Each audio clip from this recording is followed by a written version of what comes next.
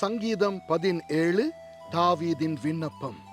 கர்த்தாவே, நியாயத்தை கேட்டருளும், என் கூப்பிடுதலை கவனியும். கபடமில்லாத உதடுகளை நின்று பிறக்கும் என் விண்ணப்பத்திற்கு செவி கொடும். உம்முடைய சந்நிதியில் இருந்து என் நியாயம் வெளிப்படுவதாக. உம்முடைய கண்கள் நியாயமானவைகளை நோக்குவதாக. நீர் என் இருதயத்தை பரிசோதித்து இராக்காலத்தில் அதை விசாரித்து என்னை புடமிட்டு பார்த்தும் ஒன்றும் காணாதிருக்கிறீர். என் வாய் மீறாதபடிக்கு தீர்மானம் பண்ணினேன். மனுஷரின் செய்கைகளை குறித்து நான் உம்முடைய உதடுகளின் வாக்கினாலே துஷ்டனுடைய பாதைகளுக்கு விலக்கமாய் என்னை காத்து கொள்ளுகிறேன். என் காலடிகள் வழுவாதபடிக்கு என் நடைகளை உமது வழிகளில் ஸ்திரப்படுத்தும். தேவனே, நான் உம்மை நோக்கி கெஞ்சுகிறேன், எனக்கு செவி கொடுக்கிறீர். என்னிடத்தில் உம்முடைய செவியை சாய்த்து என் வார்த்தையை கேட்டருளும்.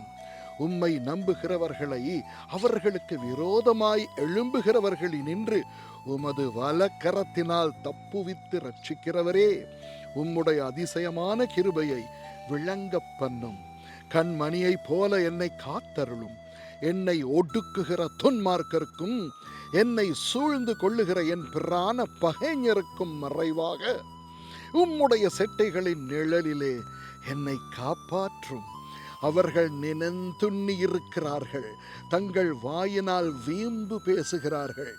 நாங்கள் செல்லும் பாதைகளில் இப்பொழுது எங்களை வளைந்து கொண்டார்கள். எங்களை தரையிலே தள்ளும்படி அவர்கள் கண்கள் எங்களை நோக்கி கொண்டிருக்கிறது. பீறுகிறதற்கு ஆவலுள்ள சிங்கத்துக்கும் மறைவிடங்களில் பதிவிருக்கிற பால சிங்கத்துக்கும் ஒப்பாயிருக்கிறார்கள். கர்த்தாவே, நீர் எழுந்திருந்து அவனுக்கு எதிரிட்டு அவனை மண்டங்கடையும். கர்த்தாவே, என் ஆத்துமாவை துன்மார்க்கருடைய கைக்கு உம்முடைய பட்டயத்தினால் தப்புவியும். மனுஷருடைய கைக்கும் இம்மையில் தங்கள் பங்கை பெற்றிருக்கிற உலக மக்களின் கைக்கும் உம்முடைய கரத்தினால் என்னை தப்புவியும். அவர்கள் வயிற்றை உமது திரவியத்தினால் நிரப்புகிறீர். அவர்கள் புத்திர பாக்கியத்தினால் திருப்தி அடைந்து தங்களுக்கு மீதியான பொருளை தங்கள் குழந்தைகளுக்கு வைக்கிறார்கள். நானோ நீதியில் உம்முடைய முகத்தை தரிசிப்பேன்.